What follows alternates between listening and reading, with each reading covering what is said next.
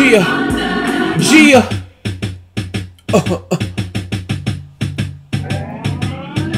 Hove on that new shit. Boxes like how come? Yes, it's Rock Nation. We can move a mountain. I'ma get dough, young Hove, keep counting.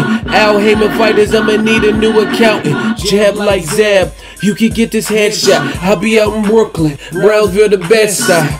Yup, Gia. Gia. Young Hova. B. Chill.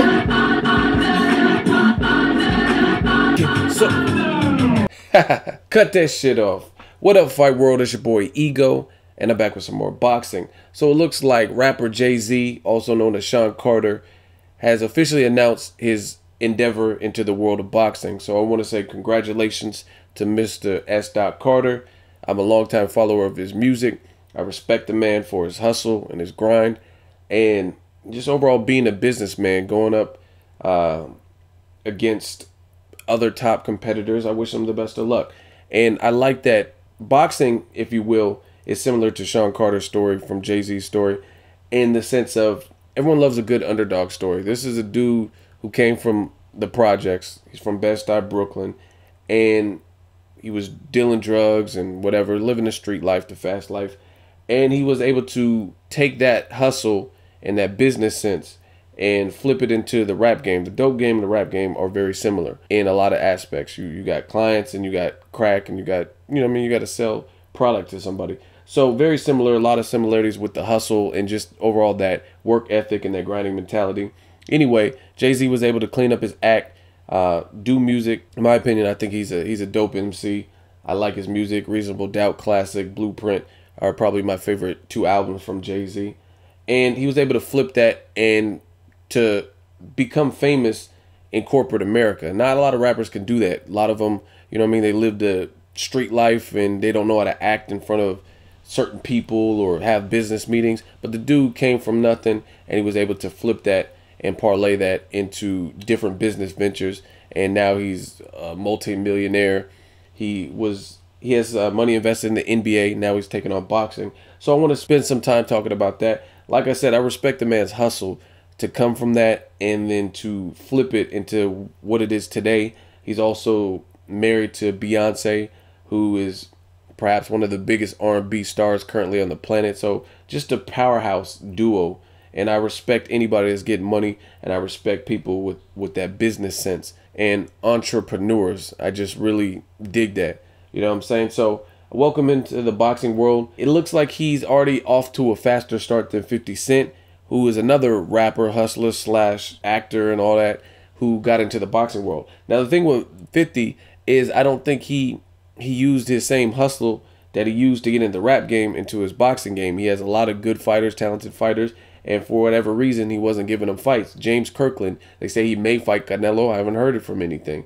And he had a good fight against Glenn Tapia. People want to see him back, and we haven't heard from the motherfucker. So hopefully Jay-Z kind of follows his own path. I think Jay-Z's approaching it a little bit different. I think he has a big team, and he realizes he's not necessarily at the forefront of boxing. There's probably things he doesn't know. So part of being successful is having the right team, and that's something Floyd Mayweather constantly talks about, is just having the right team and the right people in his corner to help him make decisions. And I think more or less that's what Jay-Z has. They won the purse bid for Peter Quillen, who also claims Brooklyn as well.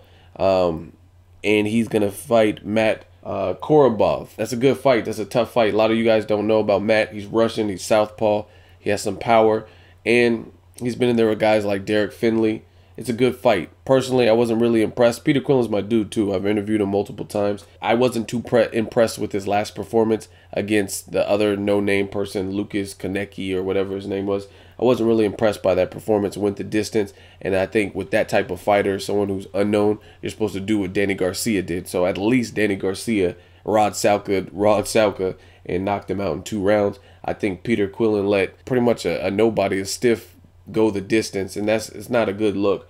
Then you got other guys in the middleweight division like Gennady Golovkin just absolutely running through people. So it'll be a good fight to see what Peter Quillen has, where his head's at. He had a tough fight with Gabe Rosado, and Matt Korobov is not a bum. He's solid. Like I said, he's southpaw. That stance could be tricky. Peter Quillen started boxing late in life, so he might not have all the fundamentals, and he's kind of learning on the job, if you will. So he doesn't have necessarily all of the same tools as the people who started when they were 6, 7, 8, 9. You know what I'm saying? So it'll be interesting. We know Peter Quillen has power, but could he beat a guy like Triple G at this moment? I would say no. I think Triple G is the most solid middleweight, and he's the one to beat. I think Triple G will be tested once he goes to the higher weight divisions, when the guys can deal with his power a little bit better, have higher reaches and taller and all that. So it's a good fight. It's a good first fight, and I'm happy. I like when things shake up boxing. Sean Carter, Jay-Z, he's powerful, if you will. He's done deals, I think, with IBM, just a lot of business sense, and I'm interested to see what he brings to the table. Plus, he's not coming into the game like 50 Cent, who, in my opinion, kind of burned bridges. 50 Cent, that's kind of his demeanor. 50 Cent is kind of like something special, man. Yeah, fuck Oscar De La Hoya, nigga. Fucking fruity ass nigga.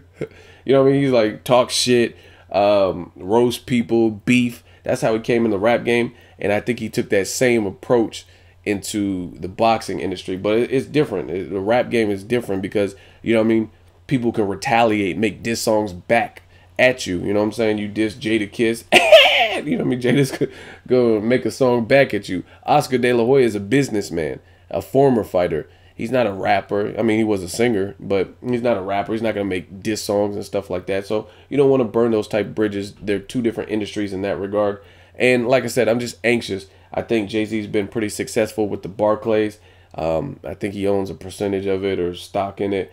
And the Brooklyn Nets play there in the Barclays. So he's already has stake in the NBA, which is one sports venue. And he's just taking it to the next level with RocNation and adding boxing to his repertoire of things that he does. So props to Jay-Z for expanding his hustle. Let me know what you guys think. Is this good or bad? Personally, like I said, I love competition, and hopefully we get to a point where Jay-Z's and people like that enter the boxing world and they can stop making bullshit fucking funny style fights because there's other people putting together the best fights.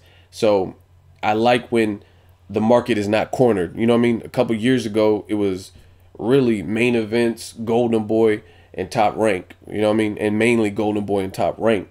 But main events has been around since, you know what I mean, the Holyfield. They've been around for a minute. So I would say those three. Now you got SMS Promotions. You got Jay-Z's RocNation. So hopefully, this forces these promoters to work interchangeably and make the best fucking fights. Because I don't really give a fuck what your imprint is called. It could be called RocNation. It could be Crack Rock. It could be, you know what I mean, Kick Rocks. I don't care what the name of any of these imprints. Top Rank, Top Dog. I don't care what you call them. I care about boxing and the best fights available. That's what I care about. So hopefully by the market not being cornered and more people diving into this, you know, you still have Don King Promotions and a couple of other promotional companies, Triple G's promotional, K2 or whatever, DeBella. There's other people. So the more people that enter that are powerful, hopefully that's going to force some good fucking fights. That's what I'm looking forward to the most. Let me know what you guys think of Jay-Z and his new boxing endeavor. Make sure you like the video and my little freestyle at the beginning. Fuck y'all. Make sure you like the video as always. Hate, comment, or subscribe. Till next video is Ego signing off.